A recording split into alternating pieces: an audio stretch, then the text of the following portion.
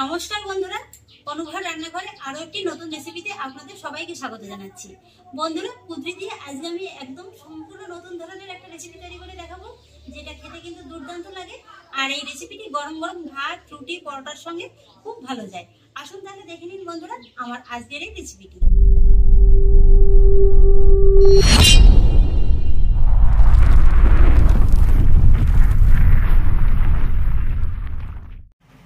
বন্ধুরা, কুঁদরি তো অনেক রকম ভাবে খেয়েছেন, তবে আজকে আমি যেভাবে কুঁদরিটা রান্না করে দেখাবো এইভাবে একবার হলেও ট্রাই করে খেয়ে দেখতে পারেন। আমার মনে হয় কুঁদরির আর অন্য কোনো রেসিপি তৈরি করে খেতেই মন চাইবে না। সম্পূর্ণ নতুন ধরনের একটা রেসিপি, খেতে কিন্তু দুর্দান্ত লাগে। আর এই রেসিপিটি কিন্তু আপনারা ভাত, রুটি, লুচি, পরোটার সঙ্গে অনায়াসে খেতে পারেন। আর হ্যাঁ, কথা বলতে বলতে তো আমি ভুলেই গিয়েছি, এখানে আমি কতটা পরিমাণে কুঁদরি নিয়েছি। বন্ধুরা, এখানে আমি 500 গ্রামের মতো কুঁদরি নিয়েছি। আর কুঁদরিগুলো কিন্তু অবশ্যই একটু কচি ধরনের নেওয়ার চেষ্টা করবেন। আর আপনারা আমার কাটাটা দেখে নিশ্চয়ই বুঝতে পারছেন যে আমি কুঁদরিটা ঠিক কিভাবে কেটে নিচ্ছি। দুটো মাথা দিয়ে এইভাবে অল্প একটু বাদ দিয়ে শুধু মাঝখান দিয়ে একটু চিড়ে নিলেই হয়ে যাবে। কথা বলতে বলতে বেশ কয়েকটি কুঁদরি কেটে নিয়েছি, আর এইভাবে কিন্তু আমি সব কটা কুঁদরি কেটে নেব। আর বন্ধুরা, কুঁদরির গায়ে কিন্তু প্রচুর পরিমাণে নোংরা থাকে, তাই আমি কুঁদরিগুলো গোটা অবস্থাতেই ভালো করে ধুয়ে নিয়েছিলাম। আর কেটে নেওয়ার পরেও আরো একবার ভালো করে ধুয়ে নেব। এই যে বন্ধুরা দেখুন, কুঁদরিগুলোকে কেটে আমি খুব ভালোভাবে ধুয়ে নিয়েছি। আর এবার একটি গ্লাসের ভিতরে আমি নিয়ে নেব 3টি ডিম।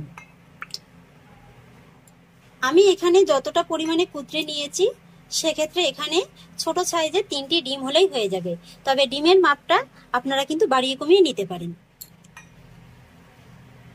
এবার আমি ডিম 3টিকে একটু ফেটিয়ে নেব, সেই জন্য ডিমের ভিতরে দিয়ে দিচ্ছি খুবই সামান্য একটু লবণ আর হাফ চামচেরও একটু কম গোলমরিচের গুঁড়ো।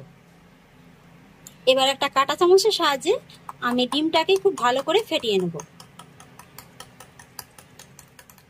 ডিমগুলো ভালোভাবে ফেটানো হয়ে গেছে।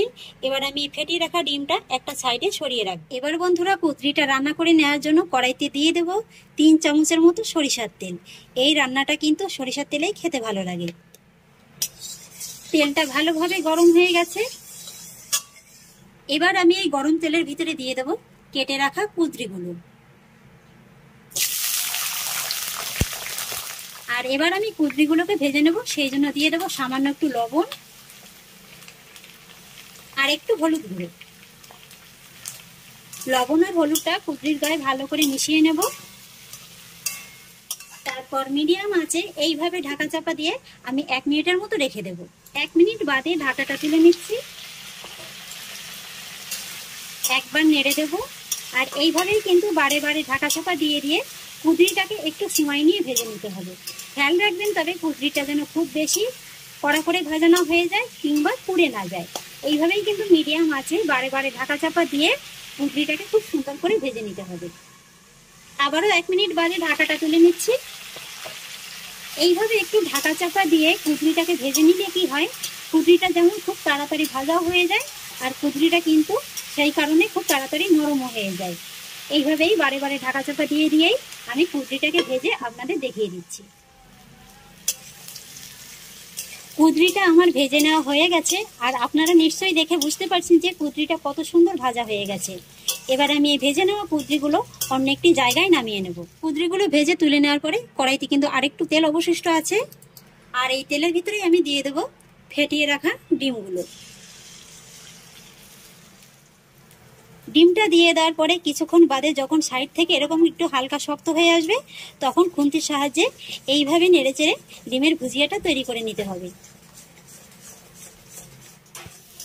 বন্ধুরা, ডিমের ভুজিয়াটা তৈরি করা হয়ে গেছে। এর থেকে আর বেশি লাল করে ভাজবো না। এবার আমি ডিমের ভুজিয়াটা অন্য একটি জায়গায় নামিয়ে নেব। এবার এই একই কড়াইতে আমি আবারও দিয়ে দেব 3 চামচের মতো সরিষার তেল।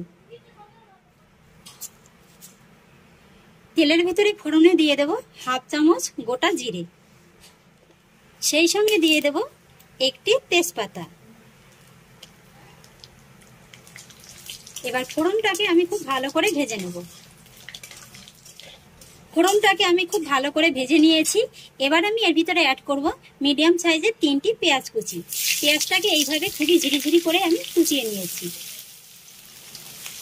এবার পেঁয়াজটাকে আমি খুব ভালো করে ভেজে নেব। পেঁয়াজটাকে খুব ভালো করে ভেজে নিয়েছি। আর এবার আমি এর ভিতরে অ্যাড করব 2 চা চামচ গ্রেট করা আদা আর রসুন। আদা আর রসুনটাকে পেঁয়াজের সঙ্গে আমি 1 মিনিটের মতো একটু ভেজে নেব। আদা আর রসুনটা ভাজা হয়ে গেছে। আর এখন আমি এর ভিতরে অ্যাড করব মিডিয়াম সাইজের 2টো পাকা টমেটো কুচি। কম আঁচে টমেটোটাকে আমি পেঁয়াজ রসুন আর আদার সঙ্গে ভালো করে কষিয়ে নেব। টমেটোটাকে আমি খুব ভালোভাবে কষিয়ে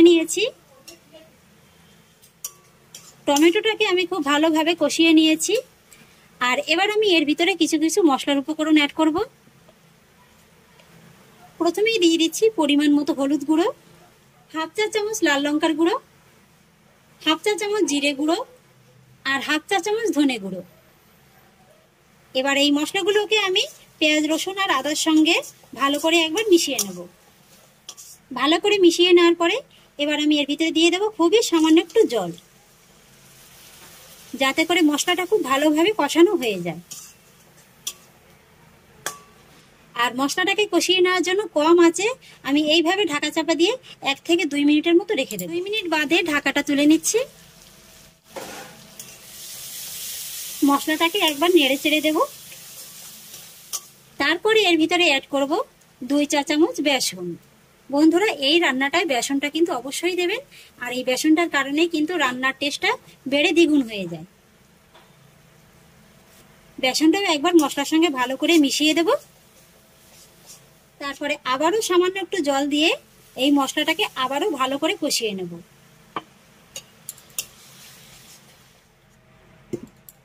ঢাকাটা তুলে মশলাটাকে আরেকবার নেড়ে চেড়ে নেব।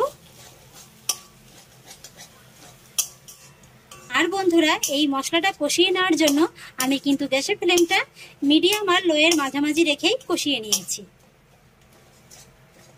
মশলাটা দেখুন বন্ধুরা, খুব সুন্দরভাবে কষানো হয়ে গেছে।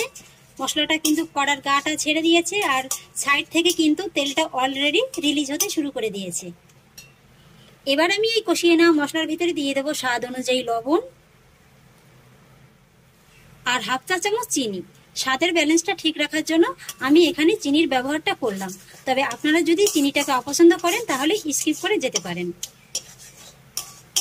লবণ আর চিনিটাও ভালো করে একবার মশলার সঙ্গে মিশিয়ে দেব। এই যে বন্ধুরা, মশলাটা আমার পারফেক্ট ভাবে কষানো হয়ে গেছে।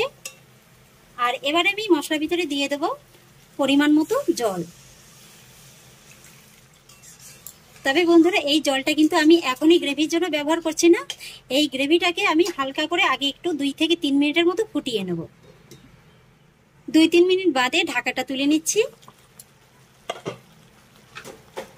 আর এই যে দেখুন বন্ধুরা, গ্রেভিটা কিন্তু খুব সুন্দরভাবে ফুটে গেছে। তবে বন্ধুরা, 2-3 মিনিটের মধ্যে কিন্তু মাঝে মাঝে একবারে এইভাবে ঢাকাটা একটু তুলে নেড়ে চেড়ে দিতে হবে। যেহেতু এই গ্রেভির ভিতরে বেসন দেওয়া আছে, তাই কিন্তু খুব সহজেই নিচ থেকে ধরে যাওয়ার একটা ভয় আছে। আর এবার আমি ফুটে যাওয়া গ্রেভির ভিতরে দিয়ে দেবো ভেজে নেওয়া কুঁদরিগুলো আর ভেজে নেওয়া ডিমের ভুজিয়া।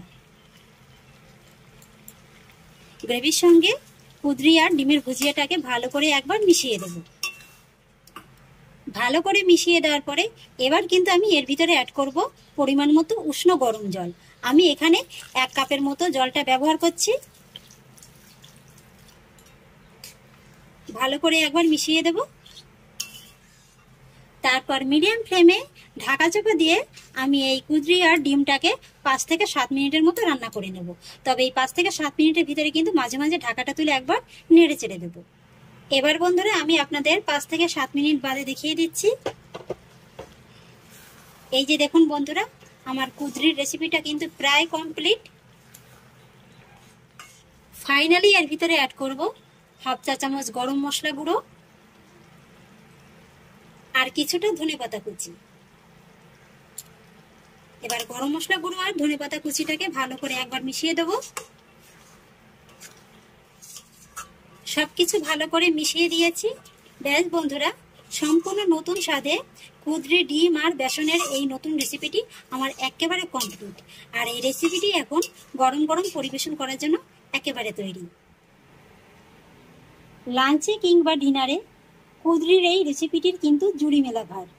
এই রেসিপিটি এতটাই সুস্বাদু হয় যে এটা আপনারা গরম গরম ভাতের সঙ্গেও খেতে পারেন, আবার রুটি পরোটার সঙ্গেও খেতে পারেন, তবে সব থেকে বেশি ভালো লাগে রুটির সঙ্গে। তো বন্ধুরা, কুঁদরির এই একদম নতুন রেসিপিটি আপনাদের কেমন লাগলো আমাকে কিন্তু অবশ্যই কমেন্টে জানাবেন। আর আমি আশা রাখছি আপনাদেরও খুব ভালো লেগেছে। যদি ভালো লেগে থাকে তাহলে আমাকে অবশ্যই একটা লাইক এবং কমেন্ট করবেন, সেই সঙ্গে বন্ধুদের সঙ্গে শেয়ার করবেন। আর প্লিজ বন্ধুরা, যদি আমার পরিবারের নতুন সদস্য হয়ে থাকেন তাহলে একটা সাবস্ক্রাইব করে পাশে থাকা বেল আইকনটি প্রেস করে দেবেন। ফিরে আসছি এরকমই পরের অন্য কোনো নতুন রেসিপি নিয়ে। সবাই ভালো থাকুন, সুস্থ থাকুন, ধন্যবাদ।